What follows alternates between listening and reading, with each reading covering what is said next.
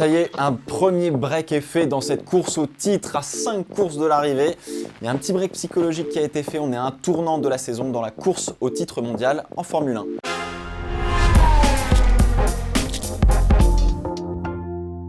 Salut tout le monde, bienvenue dans le Fast 5, 5 réactions sur le Grand Prix des États-Unis 2021. C'est parti.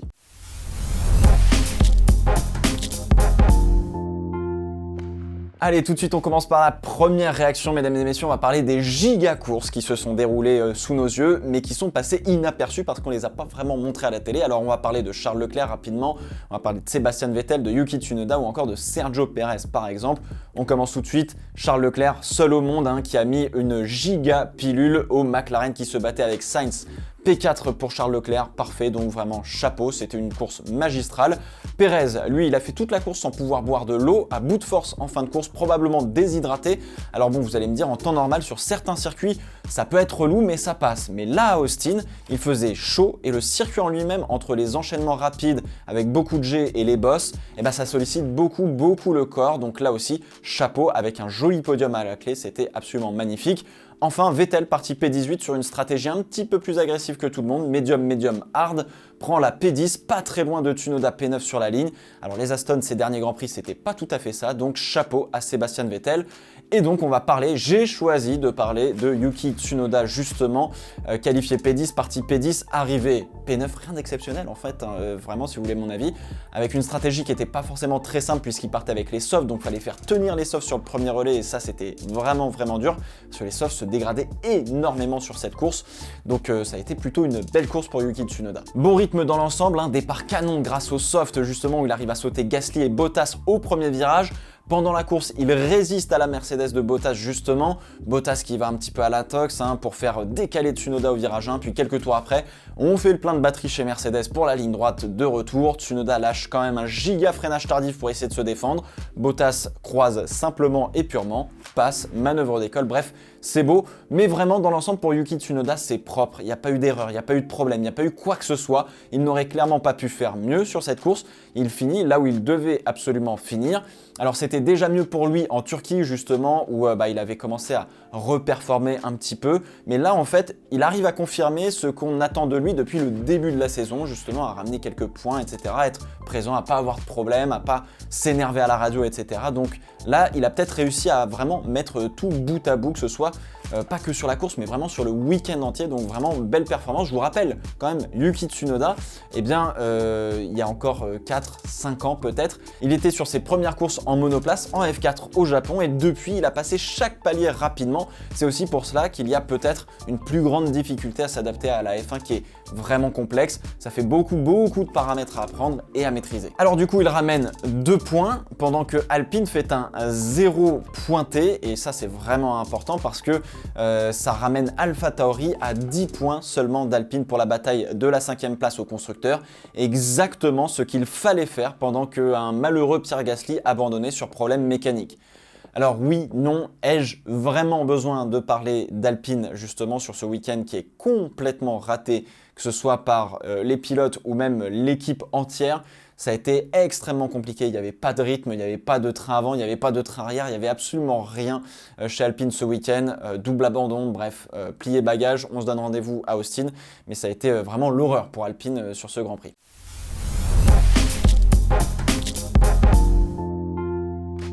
Deuxième réaction, mesdames et messieurs, on va parler des limites de la piste. Oui, encore et toujours, ça a été un débat cette saison, c'est un débat depuis plusieurs saisons, plusieurs années, et le sujet revient sur la table dès qu'on est sur un circuit un petit peu moderne, on va dire, et qui a des dégagements surtout.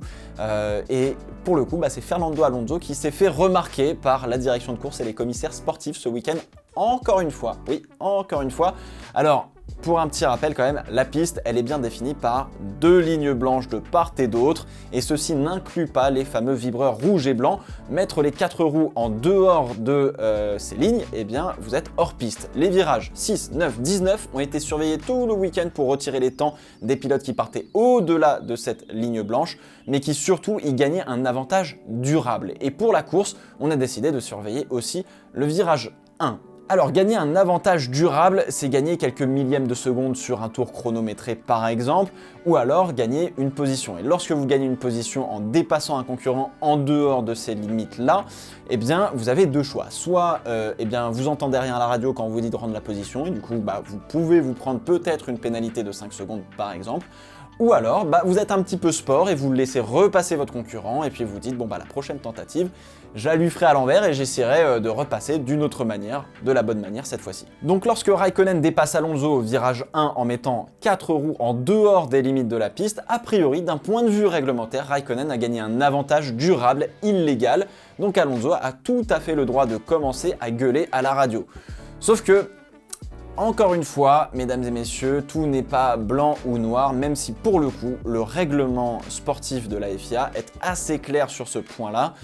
Encore une fois, il faut prendre en considération finalement le contexte lorsqu'il y a ce genre d'incident, lorsque les pilotes font la course, tout simplement, il faut toujours prendre le contexte. Alonso a des pneus durs neufs contre des pneus médium neufs chez Raikkonen. Alonso défend sa position à l'intérieur, pendant que Raikkonen peut freiner un petit peu plus tard et l'enrouler par l'extérieur.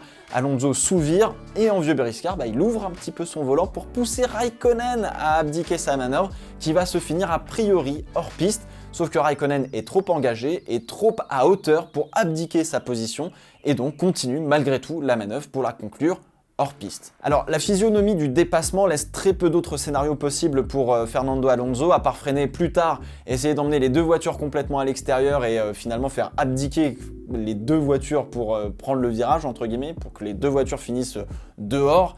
Il n'y avait pas trop d'autres scénarios possibles, on va dire, pour essayer de faire en sorte que Raikkonen ne puisse pas croiser en tout cas Alonso si jamais Alonso tirait un petit peu tout droit.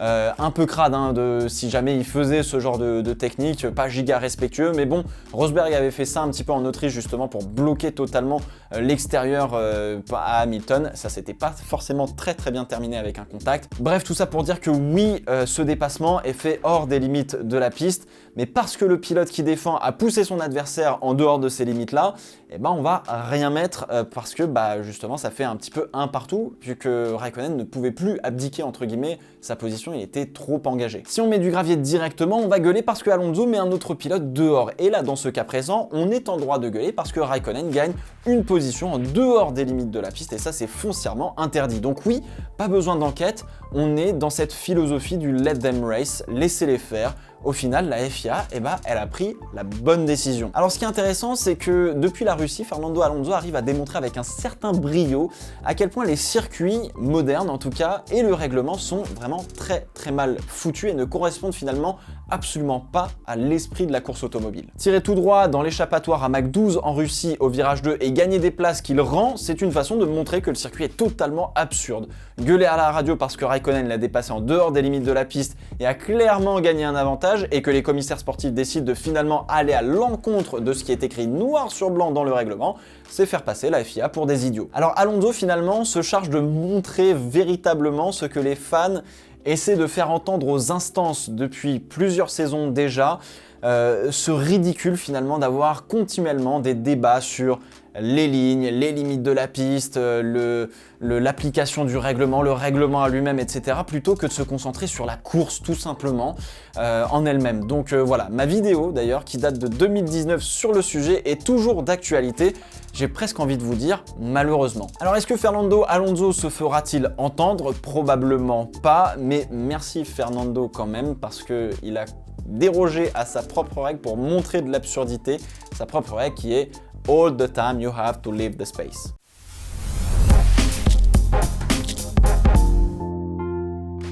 Troisième réaction, on parlait justement de Kimi Raikkonen à l'instant, on va parler des Alfa Romeo. Alors j'allais dire encore une fois parce que ça fait plusieurs Fast Five qu'on en parle, les Alfa Romeo qui finalement pendant tout le week-end n'ont pas trop mal fonctionné sauf en qualification et en course ça a vraiment plutôt bien marché mais malheureusement à l'arrivée ça ne paye pas de points ni pour Raikkonen ni pour Antonio Giovinazzi.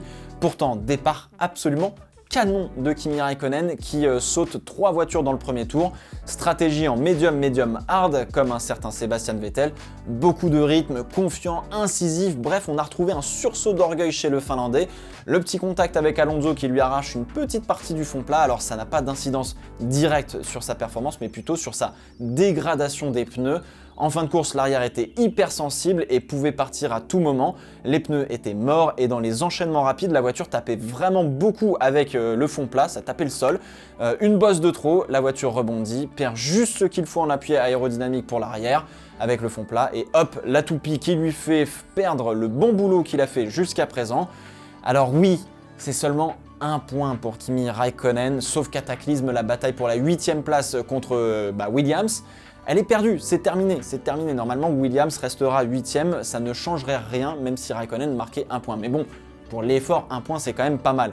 Giovinazzi, clairement, ça a l'air d'être vraiment la fin pour lui en F1. Il a eu quelques occasions de marquer les esprits cette année, mais il n'y est pas parvenu malheureusement. Et sur ce Grand Prix, il a pas mal souffert aussi. On sent un petit peu éteint le Giovinazzi. Raikkonen s'en bat totalement les couillasses de manière magistrale. Et là où Williams a été une équipe soudée dans la douleur depuis plusieurs saisons et du coup récupère enfin les fruits de son dur labeur, et c'est exactement l'inverse qui se passe chez Alfa Romeo. Ça se voit et ça se sent au championnat. Bref, il y a beaucoup de boulot pour un certain Valtteri Bottas qui arrive l'année prochaine chez Alfa Romeo pour redresser l'équipe. Il y a du boulot, ça va lui demander un paquet d'énergie à Valtteri Bottas et à son coéquipier dont on ne connaît pas encore le nom, mais là, il y a du boulot, il y a beaucoup de boulot.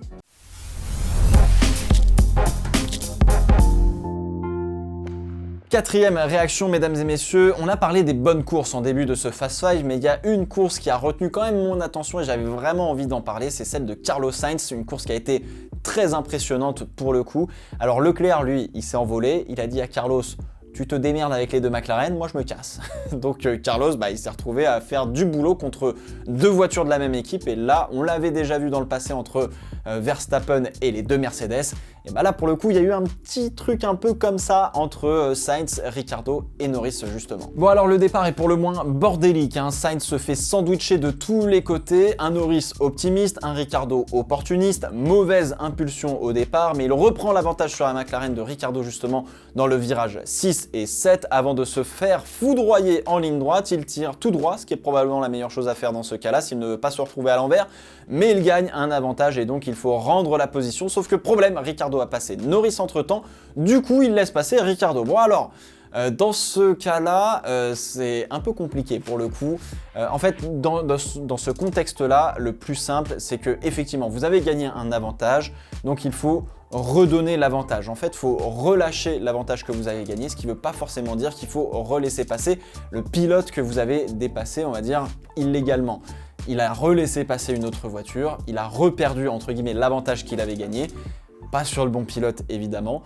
Mais bon, là pour le coup on a été vraiment plutôt fair play puisque il relaisse passer Ricciardo, c'est McLaren, c'est la même équipe, genre de choses, donc allez, on va dire ça joue. Bon alors stratégiquement, Leclerc était plus dans la réaction sur ce qu'il se passerait derrière, donc il était un petit peu plus à l'abri. En revanche, Sainz lui était en sandwich entre les deux McLaren, ce qui lui donnait un casse-tête. Rester dehors si Ricciardo s'arrête et du coup laisser l'opportunité à Norris de l'attaquer par l'undercut, ou alors s'arrêter en même temps que Ricciardo pour se protéger et voir plus loin après le premier relais.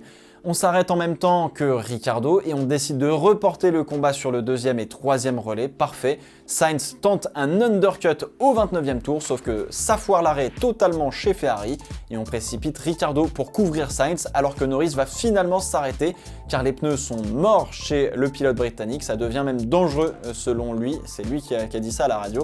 En termes de grip, ça devenait vraiment très compliqué avec les pneus hard qu'il avait sur sa voiture. Alors, s'invite dans la bataille un certain Valtteri Bottas pendant que Sainz et Ricciardo se rapprochent, s'attaquent et se touchent. Petit coup de survirage pour Ricciardo qui endommage très légèrement l'aileron avant de Carlos Sainz en presque vieux briscard comme d'autres pilotes avant lui. Sainz prend la radio pour tenter de jouer la carte des commissaires sportifs en disant que Ricciardo l'a tout simplement fait exprès. Alors, c'est une manière finalement de gagner une bataille autant que de tenter une manœuvre de dépassement. Ouais, oui, c'est un petit peu la politique qu'on peut avoir en F1 en disant « Ah, lui, il a pas fait ça correctement, gna gna gna gna gna gna ».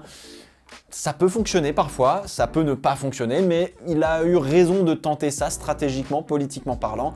C'est pas idiot de le faire, c'est encore une fois à disposition, il faudrait que ça ne le soit plus parce que je trouve que ça pourrit un peu l'esprit de la course. Mais voilà, Sainz est arrivé en interview, on a vu de l'extérieur que non, il n'y avait rien, il a pas fait exprès du tout. Daniel Ricciardo, il a fait ce qu'il a pu, là, il s'est pris un gros coup de survirage. il a rien pu faire et Sainz dira tout simplement en interview, bon bah oui, c'était à la limite, c'était fair play, mais bon, c'était un petit peu chaud. Évidemment, il a joué la carte des commissaires de piste. Ça aurait été idiot finalement de pas la jouer, vu qu'il y a un contact. Tu peux passer à 5 secondes et lui donner 5 secondes de pénalité juste en ayant gueulé à la radio, donc c'est une possibilité. Est-ce qu'on aimerait voir ça de plus en plus? Non, évidemment. Que fait la FIA? Je vous le demande. Un Bottas libéré, délivré et encouragé par Toto Wolff finit par manger un certain Carlos Sainz en grande difficulté sur cette fin de course avec ses pneus. Et du coup, ce sera une P7 pour le pilote espagnol qui n'aura pas chômé et qui n'aura pas eu de chance. Mais ça montre quand même, je trouve, une course hyper solide encore de Sainz, qui est un super atout pour la Scuderia Ferrari avec Charles Leclerc. Je dirais honnêtement que c'est le duo le plus équilibré, le plus efficient de la grille. Et pourtant, j'étais super sceptique à la signature de l'Espagnol chez Ferrari, donc vraiment bravo. Alors, c'est très compliqué, je trouve, de départager cette saison, ça se fera au point évidemment, mais je trouve que c'est d'un point de vue plus performance, c'est très compliqué de départager McLaren et Ferrari, les deux équipes se valent largement. Je dirais peut-être qu'il y a un petit avantage pour Ferrari, parce que Ferrari, il n'y a pas encore si longtemps, ils étaient à se battre pour des victoires et des podiums, etc. en 2019 par exemple. Alors que McLaren revient de beaucoup plus loin. Cette année, oui, ils ont fait un doublé à Monza, mais ils ont encore un petit peu du mal sur certaines choses, sur certains points stratégiques, etc. Ils se prennent toujours un petit peu les pieds dans le tapis, il manque encore un petit peu d'expérience parce que ça fait plus de 10 ans qu'ils n'ont pas, entre guillemets, dominé le sport. Donc effectivement, ça a été un peu compliqué pour McLaren. Donc je dirais un petit avantage d'expérience pour Ferrari par rapport à McLaren, qui pourtant est une ancienne équipe, mais ouais, là ça fait un petit moment qu'ils n'étaient pas autant retrouvés devant, donc parfois il y a des petits couacs.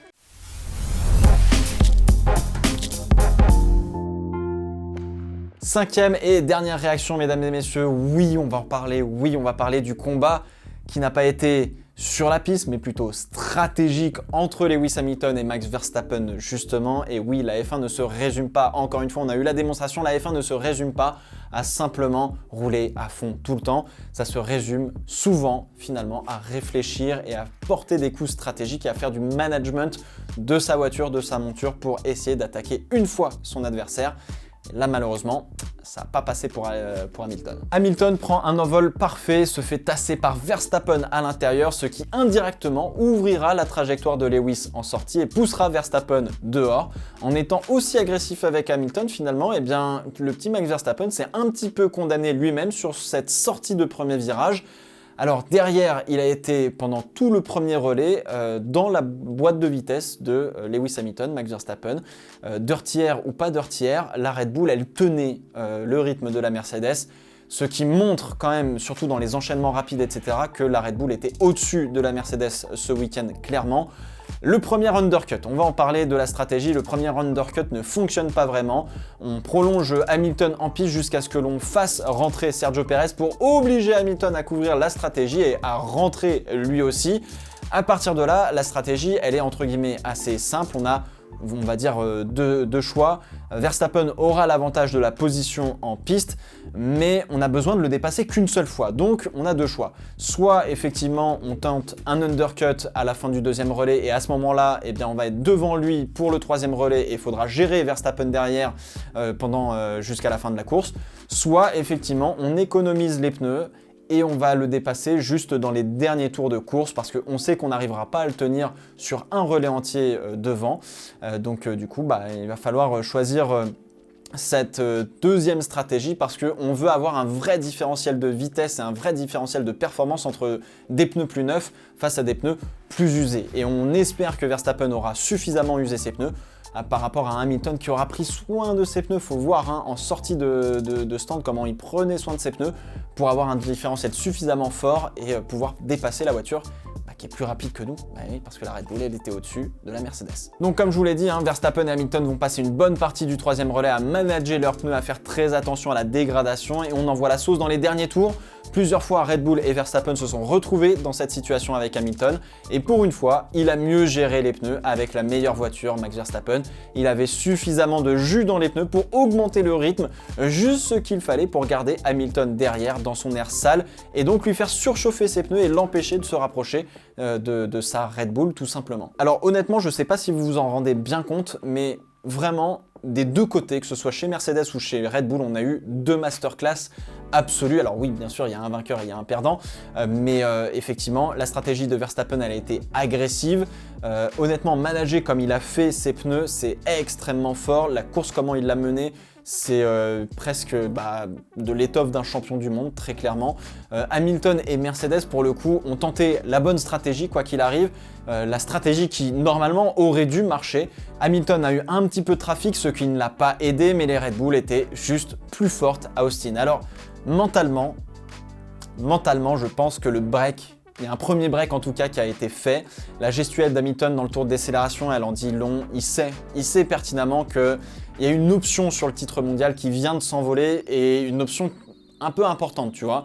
Donc c'est un peu compliqué parce que, en fait, désormais, Verstappen, même s'il a 12 points d'avance, ce n'est pas grand-chose. Ça le met dans une mini-zone de confort où il doit juste assurer et non plus dans une obligation, on va dire, absolue d'attaquer comme il l'a fait à Monza, par exemple. Or, là où le bas blesse vraiment psychologiquement pour Hamilton et Mercedes, c'est que Hamilton, il aurait pu repartir en tête avec certes que 2 points d'avance, mais ça aurait quand même laissé la pression sur Red Bull et Verstappen psychologiquement.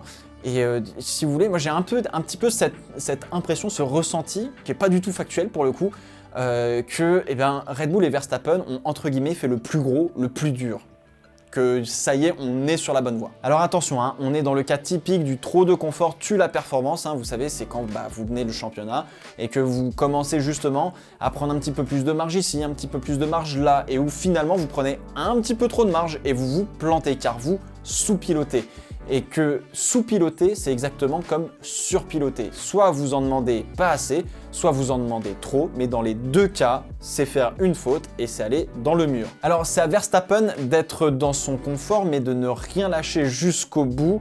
Et c'est maintenant que l'on va voir si Verstappen ne va pas faire cette erreur de justement d'avoir la pression de toucher du bout des doigts le titre mondial et de ne pas faire une erreur, parce que là finalement, c'est pas Hamilton qui a tout à perdre, c'est Verstappen qui a tout à perdre, et cette position, il ne l'a jamais eu jusqu'à présent pour un titre mondial, alors que Hamilton, il s'est retrouvé plusieurs fois dans la position du chasseur, ou même dans la position de pouvoir perdre quelque chose. De l'autre côté, on a vu un Hamilton plus douteux cette année que les années précédentes. C'est le moment de voir le grand champion se remettre mentalement et psychologiquement dans de bonnes dispositions pour refaire le retard sur les 5 derniers Grands Prix.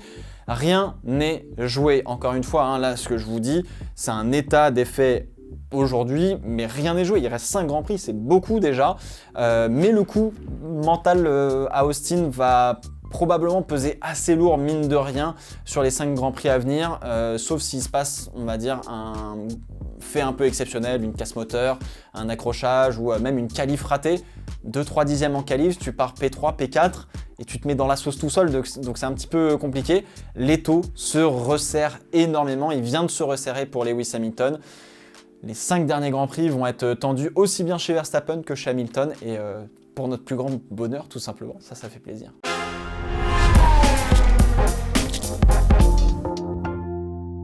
Allez, je vous laisse avec un bonus très rapide. Félicitations à Jamie Chadwick qui a remporté pour la 2e fois la W Series, et je vous prépare justement une vidéo sur le sujet pour la semaine prochaine. Voilà, c'est ainsi que s'achève ce Fast 5. J'espère qu'il vous a plu. N'hésitez pas à me donner vos réactions dans les commentaires. On se retrouve dans 2 semaines pour le Fast 5 du Grand Prix du Mexique, 2000 mètres d'altitude.